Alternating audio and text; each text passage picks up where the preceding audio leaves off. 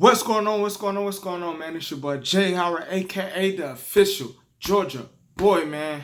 And you're now tuned in to another episode of Fan of Atlanta 365.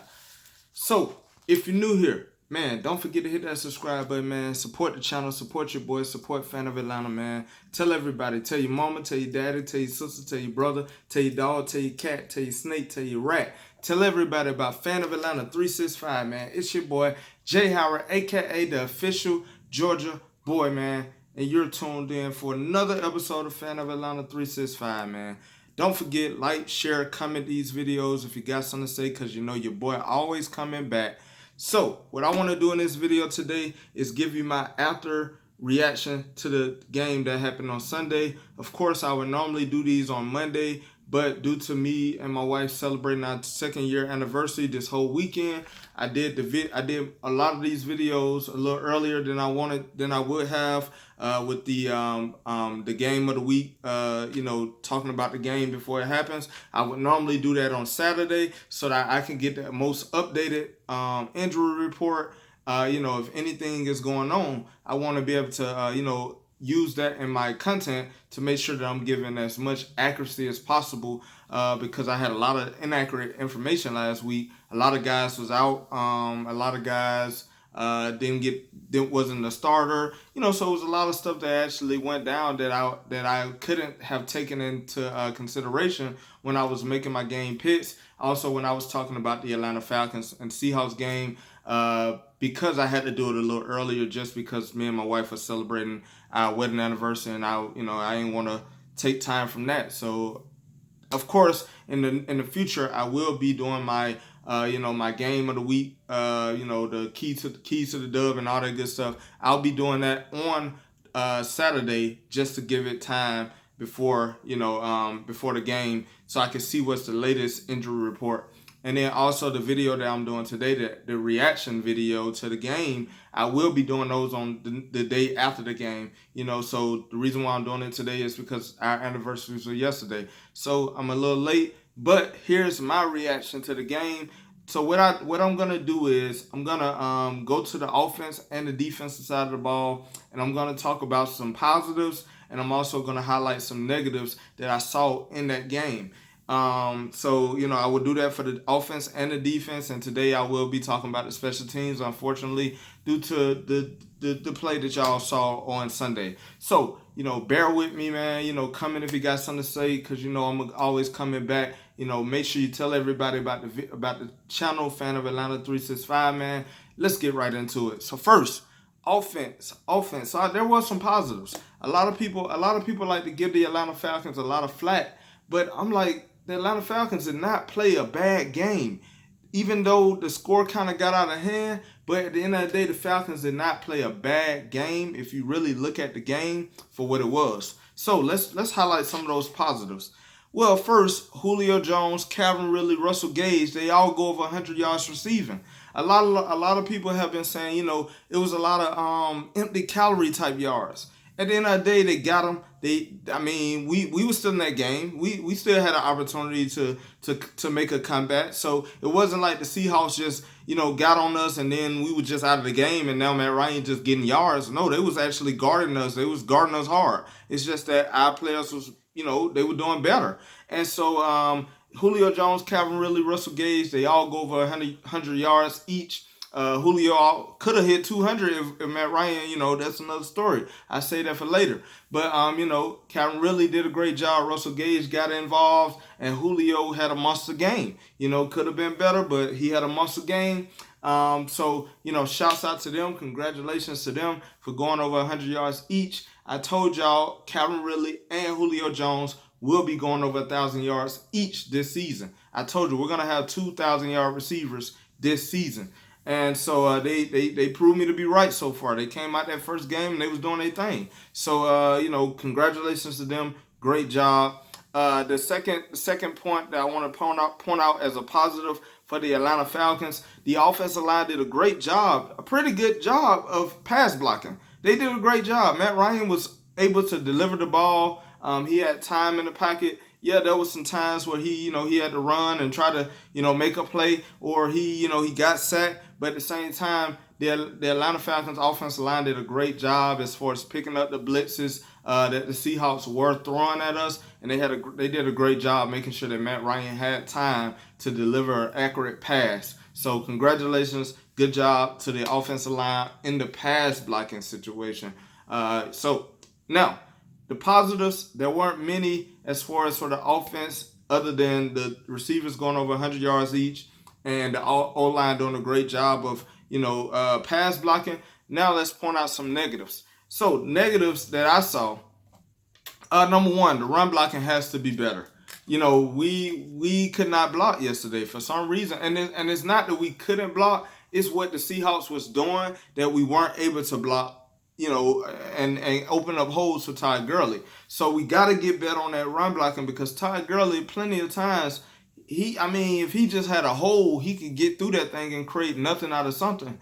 Create something out of nothing. So we gotta do a better job of blocking for him, because there was plenty of times I saw that, man, if Todd Gurley just had that block, he would have been gone. But it is what it is. They did not do a great job of run blocking.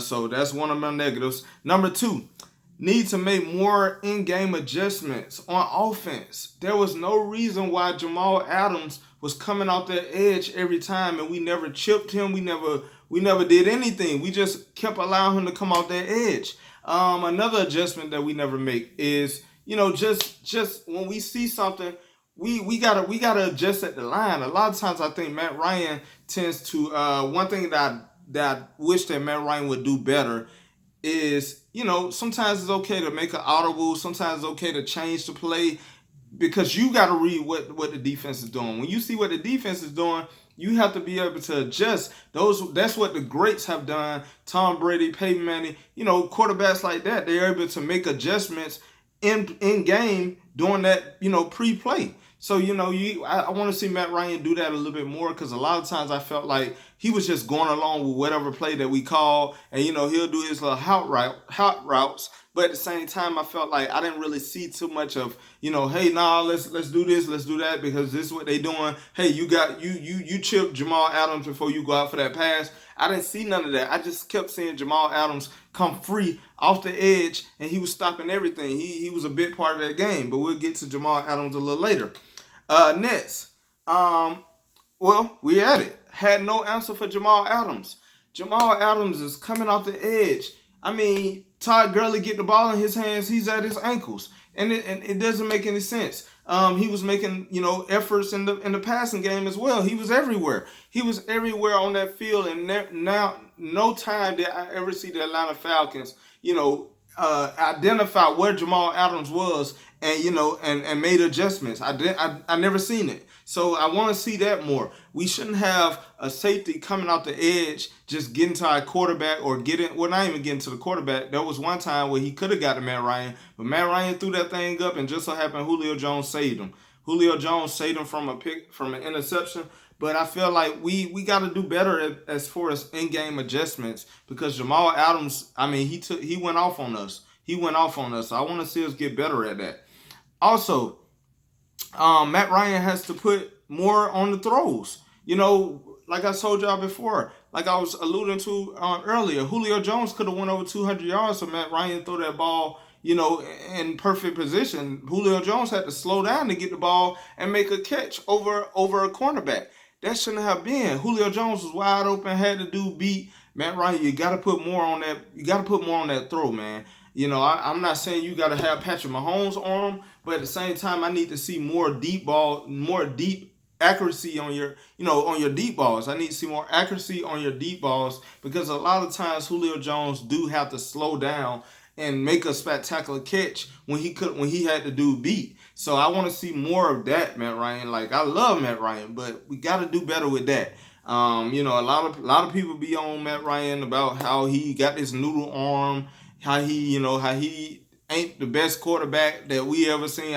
He the best quarterback I ever seen in the Falcons history. And it's not even a contest. But I do want to see you get better at that, because Julio Jones, he saved your bacon about 3 times yesterday. He really saved your bacon making a spectacular catch. And Julio Jones shouldn't have to do that every time.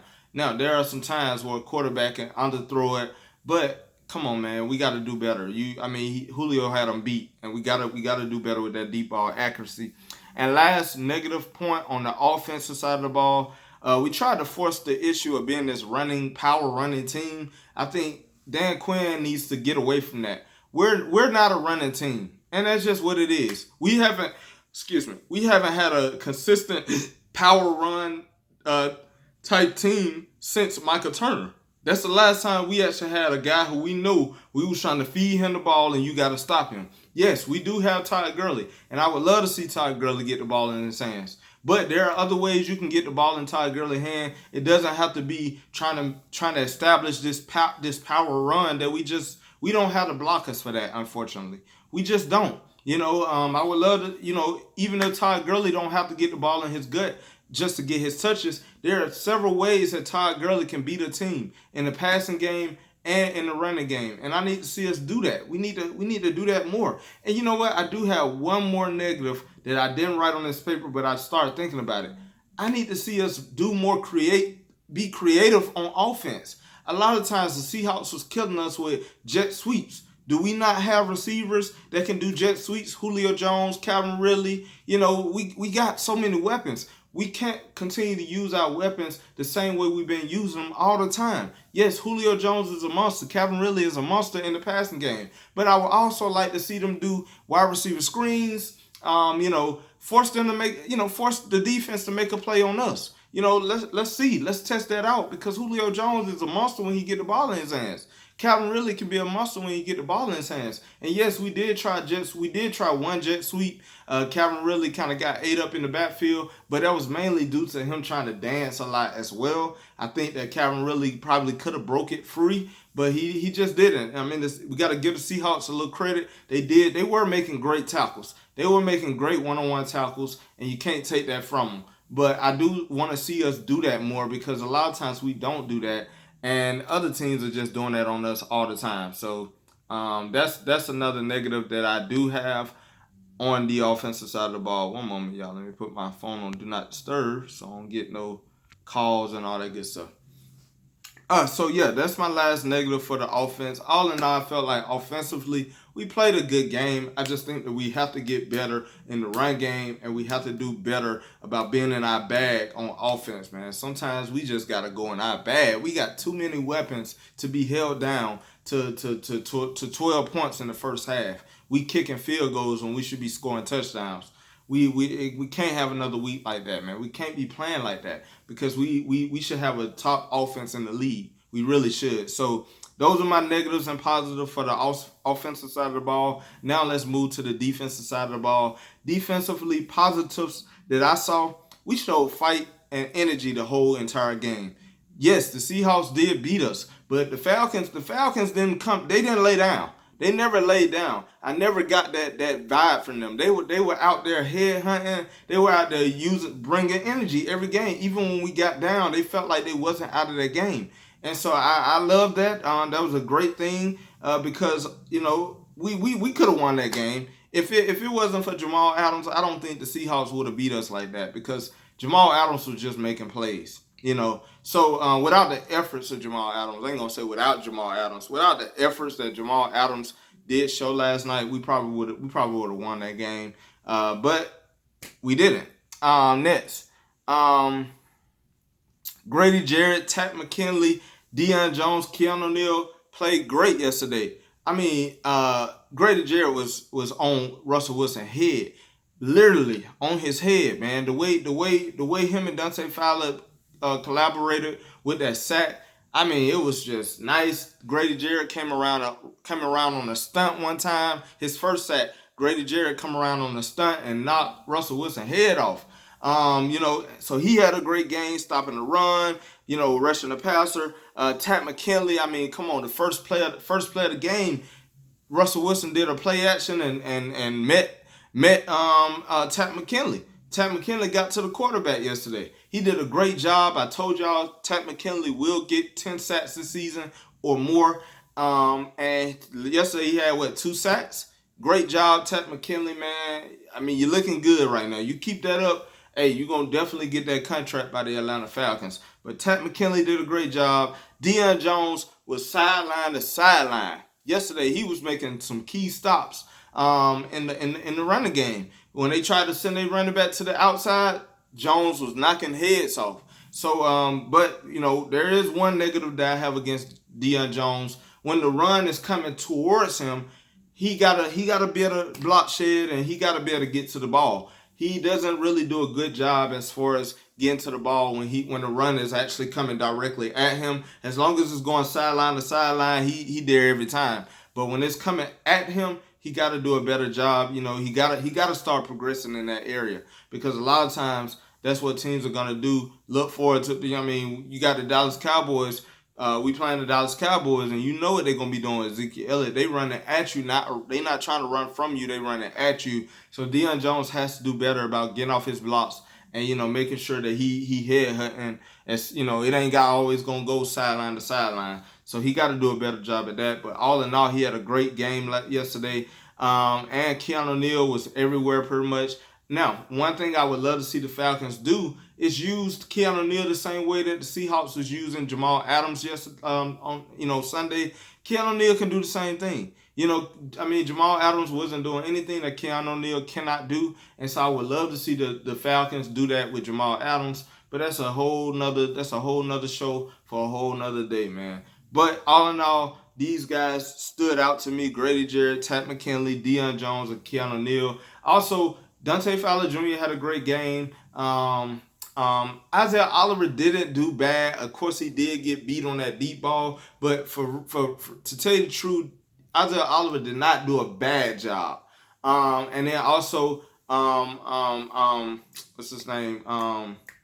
Foye Oluokun did a great job too. But these are the guys that actually stood out for me, and that's Grady Jarrett, Tat McKinley, Deion Jones, and Keanu Neal. Next, positive that came out of the Atlanta Falcons defense, we kept Russell Wilson in check. Russell Wilson didn't get out. He wasn't able to get out the pocket a lot of times. We was on his head. And we kept him in checks, somewhat. He did get us on the option play, which he got AJ Terrell bad, like it was horrible. And then also he scrambled one time, but for the most part, we kept him intact. Yes, he did have some great throws where he didn't really have to have the ball in his hands that long. But the Atlanta Falcons, I felt like, kept pressure on Russell Wilson. So credit to the defensive line. They showing me that they're getting better in that aspect of the game. And the last positive that I have for the defense is we actually did a great job of tackling. It wasn't the best, but we did a decent job in tackling. I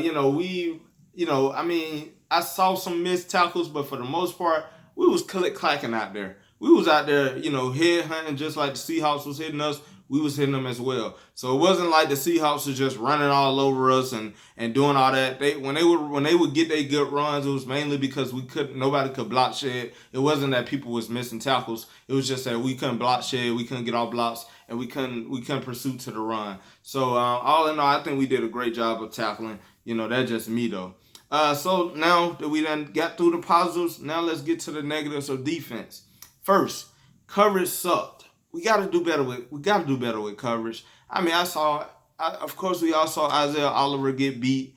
We saw AJ Terrell give up a lot of plays, especially to DK Metcalf when DK Metcalf faked the slant and then he did the go route. He bit on that trying to make a play, but then got beat on the back end. AJ Terrell, he got a lot of growing to do. Isaiah Oliver, I would love to see Kendall Sheffield in that situation, in that outside cornerback. But right now, Kendall Sheffield was hurt. He was out of the game. So I don't know if Isaiah Oliver did just officially win that starting position, or was it more towards, Kendall Sheffield being out. But Denard DeQuez, he got hurt. He just wasn't. We just didn't really do a good job as far as coverage. Russell Wilson went 10 for 10 before he even threw an incomplete pass, and that was the one when Isaiah Oliver did a good job of jamming DK Metcalf off the line. No, DJ Metcalf missed the ball. He missed the pass. He dropped it. And, he really wasn't supposed to drop that ball, but he did. And then, of course, Isaiah Oliver did a great job of jamming him off the line one time where he couldn't even get off the line to get the ball. And Russell Wilson anticipated that he was going to beat him, and he just didn't. But all in all, the coverage got to get better. If we want to win, the coverage got to get better because the defensive line was doing a good job. We got to get our hands on more balls as well. Nets needs to show more awareness in the passing game. A lot of times, guys was catching the ball right there in our face. We looking at it, but we not reacting to it. I saw one time we was in zone coverage and they had like trips right or something like that. They were bunched right and one receiver he split out it was two receivers that split out to the right. And the other one, I think he went deep or something. I don't know what he did. But I saw Deion Jones and Foyer Lilcorn and a cornerback. They were just pretty much standing there like they was confused. And then once the dude caught the ball, now they want to try to come up and tackle. When it's like, we should have saw that, in my opinion. I can't recall the play, but I just remember saying that. I don't know what was the reason, but I just want to see us be more aware on defense. Like, I feel like a lot of times dudes be in the flat, we don't see it until they throw the ball there. And it's like, well, where are we? We're not there. And then he got clear space to run. And so I feel like a lot of times that's what the Seahawks was killing us on. And I want to see us do more adjustments because the Seahawks was killing us in the flats. They was killing us with the short game. And of course, we had to give up the short game, I guess, because, they got fast receivers, so you don't want them to get behind you. But at the same time, one play that really stuck out to me that showed me that we got to do better in our awareness is, why did we allow Isaiah Oliver to be one-on-one with DK Metcalf with no help over the top, and we're jamming this guy off the line, and they right there at the end zone, so they going for the end zone. I think it was like third or fourth down at that time. Like, we gave it up, and it's like, why? Why didn't we have safety help on the middle? And then also it showed me that KZ is not the best at being that one high safety. Because we had one high safety and he was just guarding the middle of the field, but then when Isaiah Oliver got beat, he didn't see it. He couldn't help him out. And so it just goes to show that KZ is not the best safety as far as one high safety. That would be more better for Ricardo Allen, in my opinion. And I just want to see that more, but we should have had safety help on him. I could take it if Tyler Lockett or somebody else, get beat deep. But to see Isaiah Oliver on DK Metcalf, who is probably one of the fastest dudes in the league, if I know he's not the number one fastest dude in the league, but he's up there. To see him just, get guarded one-on-one with Isaiah Oliver. Yes, Isaiah Oliver is physical, but at the same time, he don't have that catch-up speed. So once DK Metcalf beat him off the line, it was over with. And, we just didn't have no safety help. So I want to see us do better. Do better with adjusting when we see the play. When we see the matchups, we gotta see, okay, who needs that help? And I just don't think we did that yesterday. So I definitely want to see that better. And I guess one more.